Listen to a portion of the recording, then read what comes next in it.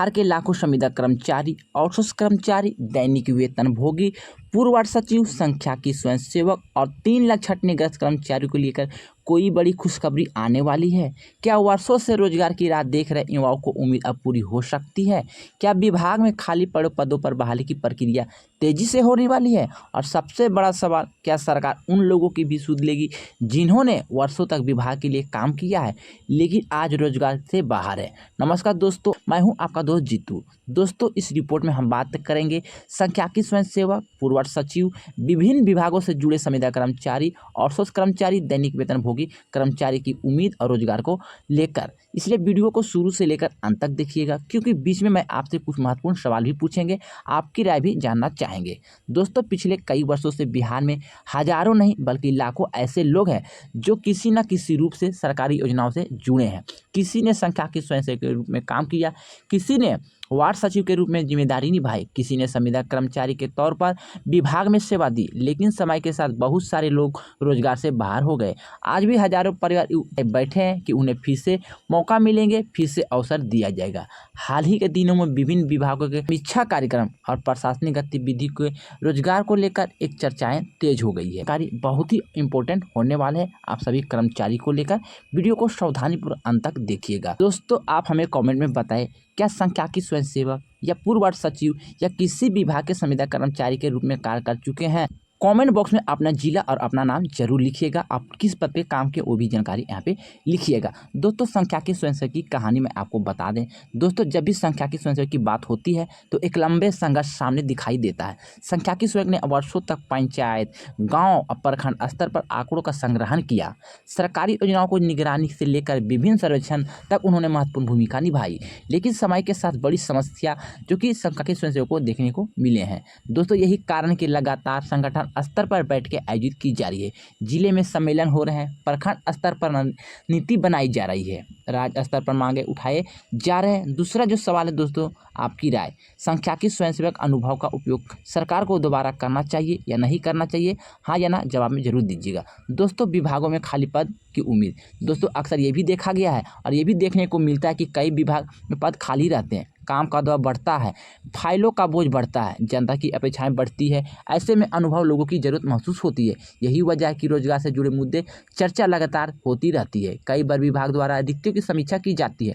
जब भी किसी विभाग में रिक्त पदों की जानकारी सामने आती है तो युवाओं को उम्मीद बढ़ जाती है। दर्शकों से सवाल, अगर विभागों में बहाली निकले तो क्या अनुभव वाले लोगों को प्राथमिकता मिलनी चाहिए या सभी के लिए खुली प्रतियोगिता होनी चाहिए? अपना राय जरूर बताइएगा। दोस्तों, बात कर लेते हैं पूर्व सचिव की स्थिति को लेकर। दोस्तों, पूर्व सचिव भी लंबे समय से अपने मांग को लेकर आवाज उठाते रहे हैं। कई वार्ड सचिव का कहना है कि उन्होंने पंचायत स्तर पर विकास कार्य को महत्वपूर्ण भूमिका निभाई है, सरकारी योजनाओं को गांव तक पहुंचाने में सहयोग किया है, लेकिन आज वो रोजगार की तलाश में है। यही कारण कि समय समय पर प्रतिनिधिमंडल, विभिन्न अधिकारी और जनप्रतिनिधि मिलकर अपनी बातें सामने रखते हैं।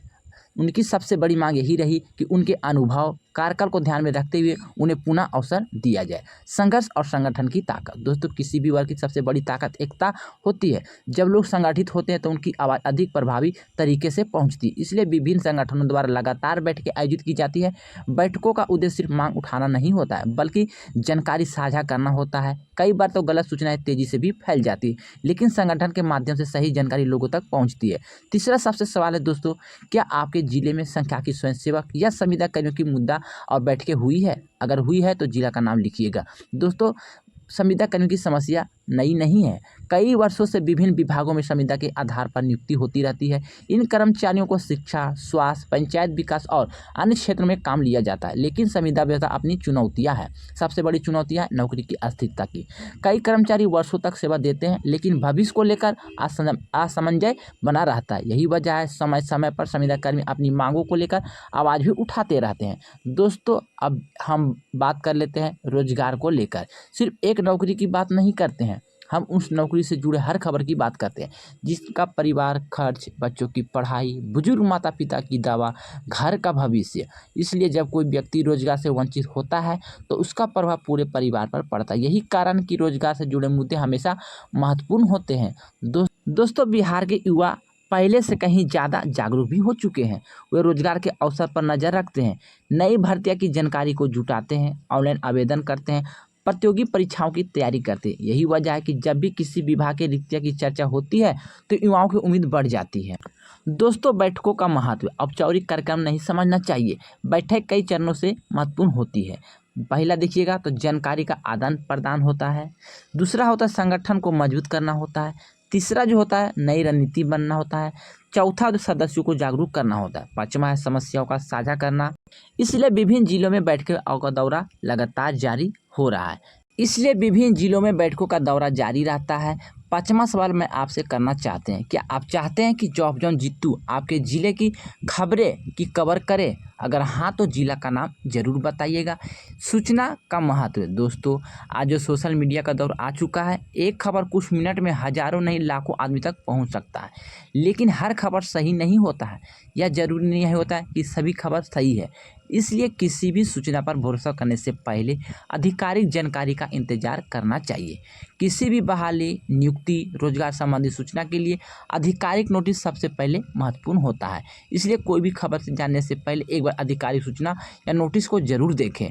दोस्तों, युवाओं के लिए जरूरी सलाह, अपनी तैयारी जारी रखें, दस्तावेज तैयार रखें, प्रमाण पत्र सुरक्षित रखें, प्रतियोगिता परीक्षाओं की तैयारी करते रहें, अफवाहों से बचें क्योंकि अवसर कभी भी आ सकता है। दर्शकों से एक सवाल है, अगर आज बहाली निकल जाए तो क्या आपके सभी दस्तावेज तैयार है, हाँ या नहीं? संगठन और संवाद दोस्तों, किसी भी वर्ग के लिए संवाद बहुत जरूरी है। जब संगठन प्रशासन के बीच संवाद बना रहता है तो समस्याओं का समाधान संभव बढ़ जाता है। यही कारण कि विभिन्न जनप्रतिनिधि मंडल समय समय पर अधिकारियों और विभागों की समीक्षा अपनी बातें रखते हैं। बिहार के युवाओं का सपना है जो दोस्तों, युवा चाहता है कि सम्मानजनक रोजगार मिले, अस्थिर आय हो, सुरक्षित भविष्य हो, और यही सपना संख्या की स्वयंसेवक, पूर्व सचिव तथा संविदा कर्मचारी लगातार देखते हैं।